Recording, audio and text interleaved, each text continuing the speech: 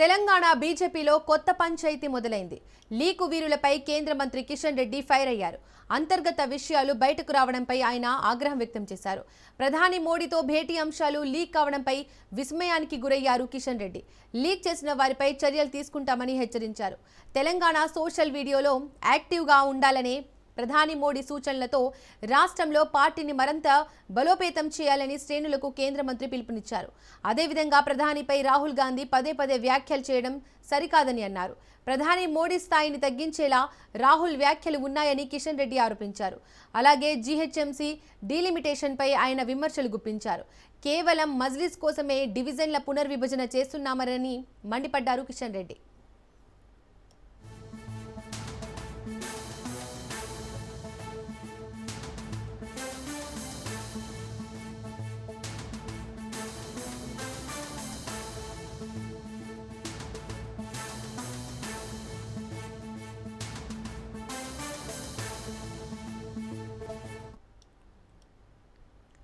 తెలంగాణ బీజేపీలో కొత్త పంచాయతీ మొదలైంది. లీకు వీరులపై కేంద్ర మంత్రి కిషన్ రెడ్డి ఫైర్ అయ్యారు.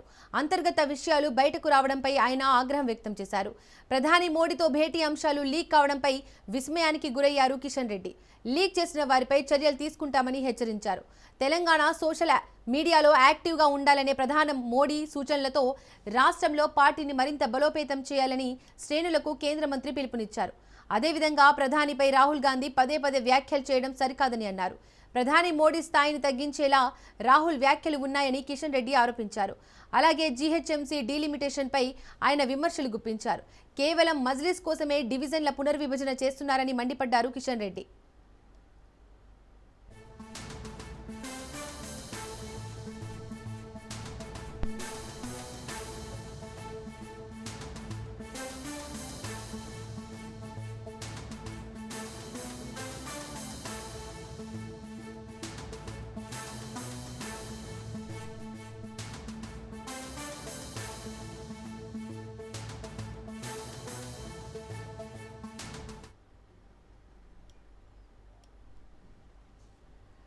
తెలంగాణ బీజేపీలో కొత్త పంచాయతీ మొదలైంది. లీకు వీరులపై కేంద్ర మంత్రి కిషన్ రెడ్డి ఫైర్ అయ్యారు. అంతర్గత విషయాలు బయటకు రావడంపై ఆయన ఆగ్రహం వ్యక్తం చేశారు.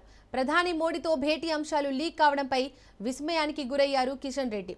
లీక్ చేసిన వారిపై చర్యలు తీసుకుంటామని హెచ్చరించారు. తెలంగాణ సోషల్ మీడియాలో యాక్టివ్గా ఉండాలనే ప్రధాని మోడీ సూచనలతో రాష్ట్రంలో పార్టీని మరింత బలోపేతం చేయాలని శ్రేణులకు కేంద్ర మంత్రి పిలుపునిచ్చారు. అదేవిధంగా ప్రధానిపై రాహుల్ గాంధీ పదే పదే వ్యాఖ్యలు చేయడం సరికాదని అన్నారు. ప్రధాని మోడీ స్థాయిని తగ్గించేలా రాహుల్ వ్యాఖ్యలు ఉన్నాయని కిషన్ రెడ్డి ఆరోపించారు. అలాగే జీహెచ్ఎంసీ డీలిమిటేషన్పై ఆయన విమర్శలు గుప్పించారు. కేవలం మజ్లిస్ కోసమే డివిజన్ల పునర్విభజన చేస్తున్నారని మండిపడ్డారు కిషన్ రెడ్డి.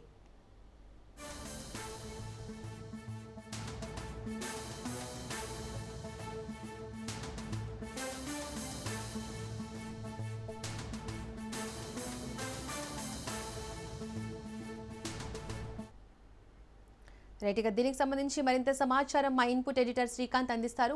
శ్రీకాంత్, కిషన్ రెడ్డి చేసిన వ్యాఖ్యలకు సంబంధించి డీటెయిల్స్ ఏంటి? శ్రీ గుడ్ ఆఫ్టర్నూన్. సో లీకు వీరులు ఎవరు? భారతీయ జనతా పార్టీలో ప్రధానమంత్రి నరేంద్ర మోడీ మొన్న లోక్సభ పార్లమెంట్ సమావేశాలు జరుగుతున్నటువంటి క్రమంలో అన్ని రాష్ట్రాలకు సంబంధించి భారతీయ జనతా పార్టీ ఎంపీలతోటి ప్రత్యేకంగా ఏ రాష్ట్రానికి సంబంధించి ఆ రాష్ట్ర ఎంపీలతోటి భేటీ అయ్యారు. ఆంధ్రప్రదేశ్ రాష్ట్రానికి చెందినటువంటి ఎన్డీఏ కూటమిలో ఉన్నటువంటి ఎంపీలతోటి, ఇటు తెలంగాణ రాష్ట్రంలో ఉన్నటువంటి భారతీయ జనతా పార్టీ ఎంపీలతో పాటు తమిళనాడు కానీ, కర్ణాటక కానీ, మహారాష్ట్ర కానీ, సో దేశవ్యాప్తంగా ఉన్నటువంటి భారతీయ జనతా పార్టీ ఎంపీలతోటి ప్రత్యేకంగా ఎవరికి వారితో భేటీ అయినటువంటి సందర్భం. సో ఈ సందర్భంలో ఎన్డీఏ కూటమిలో భారతీయ జనతా పార్టీ ఎంపీల విషయానికి వస్తే సాటిస్ఫాక్షన్ వ్యక్తం చేస్తూనే తెలంగాణ విషయంలో మాత్రం కొంత అక్షింతలు వేశారు అన్నది ప్రధానంగా మోడీ చేసినటువంటి కామెంట్. అయితే ఈ కామెంట్ ఇప్పుడు బయటకు ఎట్లా వచ్చింది అన్నదే చర్చ. తెలంగాణలో ఎంపీలంతా కూడా గతంలో చాలా సందర్భాల్లో ఎంపీలకు ఒకరికొకరికి పడినటువంటి పరిస్థితి. ఈటల రాజేందర్కు బండి సంజయ్కి మధ్య ఒక వర్గపోరు ఉంది, తెలిసినటువంటి విషయమే. సో హుజురాబాద్ నియోజకవర్గానికి బండి సంజయ్ వెళ్ళడం, ఇది నా అడ్డా అంటూ ఆయన చెప్పేటువంటి ప్రయత్నం చేయడం, నా గడ్డ మీదకి నువ్వెట్లు వస్తావు అని చెప్పేసి ఈటల రాజేందర్ నివాసానికి భారతీయ జనతా పార్టీ ఈటల వర్గీయులు చెందినటువంటి వాళ్ళు మొత్తం కూడా షామీర్పేటలో ఉన్నటువంటి తన నివాసానికి రావడం, ఇదంతా ఒక ఎపిసోడ్ నడిచింది. మోరోవర్ కొత్త పాత సిద్ధాంతాలు భారతీయ జనతా పార్టీలో ఉన్నాయి. అటు కొండా విశ్వేశ్వరరెడ్డి నివాసంలో కొండా విశ్వేశ్వరరెడ్డి కానీ, రఘునందన్ రావు కానీ, డీకే అరుణ కానీ, లేదంటే గోడవ నాగేష్ కానీ, ఇట్లా భారతీయ జనతా పార్టీలో ఉన్నటువంటి ఎమ్మెల్యేలు, ఎంపీలు డీకే అరుణతో పాటు కీలకమైనటువంటి ఈటెల రాజేందర్ లాంటి ఎంపీలంతా కూడా ఆ రోజు భేటీ అయ్యారు. అయితే ఆ భేటీలో బండి సంజయ్, కిషన్ రెడ్డి తప్ప మిగతా ఎంపీలంతా కూడా భేటీ అయ్యారు. సో ఇట్లాంటి నేపథ్యంలో తెలంగాణలో నిజానికి కాంగ్రెస్ పార్టీతో సరిసమానంగా 8 స్థానాలు భారతీయ జనతా పార్టీ సాధించింది. మోరోవర్ ఈ గ్రామ పంచాయతీ ఎన్నికల్లో కూడా మనం స్పష్టంగా కనిపిస్తోంది. మొదటి ఫేజ్లో ఆల్మోస్ట్ భారతీయ జనతా పార్టీ 300 స్థానాల వరకు వచ్చింది. రెండు ఫేజ్లు కలిపి ఆల్మోస్ట్ 400 స్థానాల వరకు రావడం జరిగింది. గతంతో పోలిస్తే మాత్రం భారతీయ జనతా పార్టీ ఈసారి కొంత గ్రాఫ్ పెరిగిందనే చెప్పాలి. 2019లో నిజానికి చాలా స్వల్పంగా ఉన్నదని చెప్పాలి.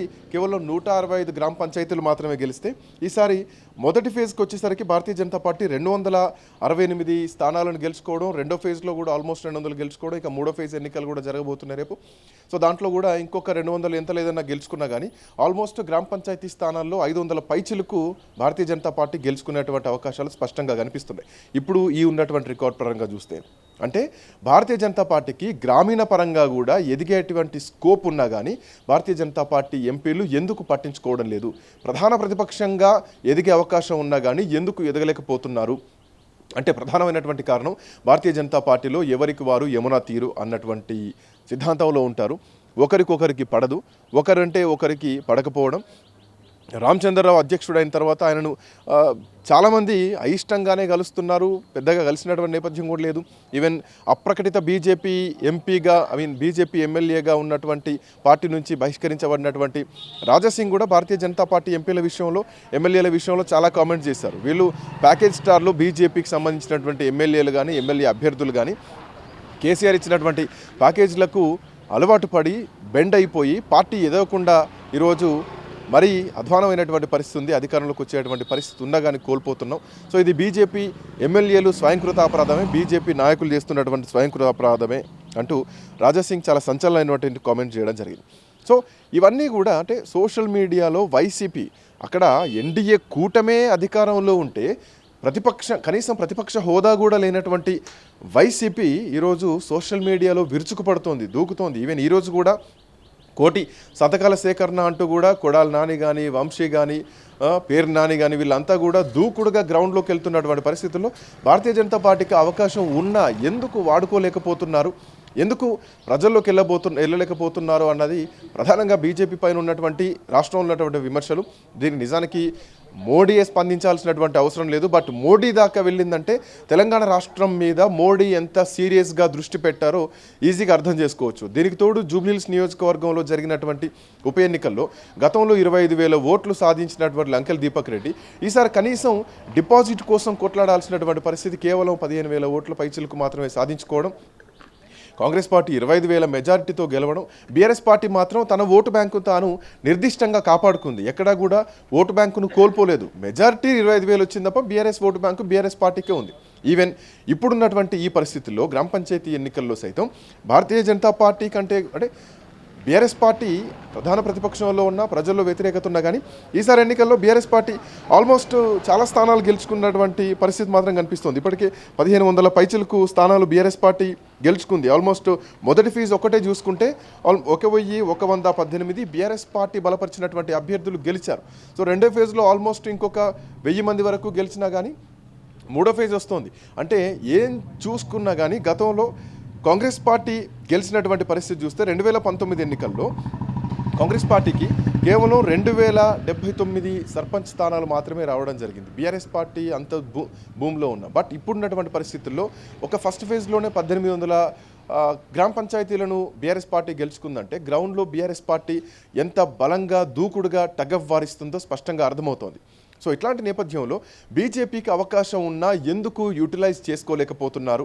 సరే ఇవన్నీ అట్లా ఉంచితే ఈరోజు కిషన్ రెడ్డి చేసినటువంటి కామెంట్స్ని కూడా ఒకసారి మనం పరిశీలిస్తే ఆ లీక్ వీరులు ఎవరో మేము కనిపెడతాం, చర్యలు తీసుకుంటామని మాట్లాడుతున్నారే తప్ప మోడీ మాట్లాడినటువంటి మాటలు నిజమే, ఎస్ మా పార్టీలో కొంత అసంబద్ధత ఉంది, కొంత చీలికలు ఉన్నాయన్నటువంటి మాటను మాత్రం ఒప్పుకోలేనటువంటి పరిస్థితుల్లోకి భారతీయ జనతా పార్టీ ఎంపీలు వెళ్తున్నారు. ఆ లీక్ వీరులు ఎవరో కనుక్కుంటాం, చర్యలు తీసుకుంటాం అంటే మోడీ క్లాస్ బీకింది, మోడీ అక్షింతలు వేసింది, ఇవన్నీ నిజాలే అని చెప్పేసి ఇండైరెక్ట్గా కిషన్ రెడ్డి మాటల్లో అర్థమవుతుంది.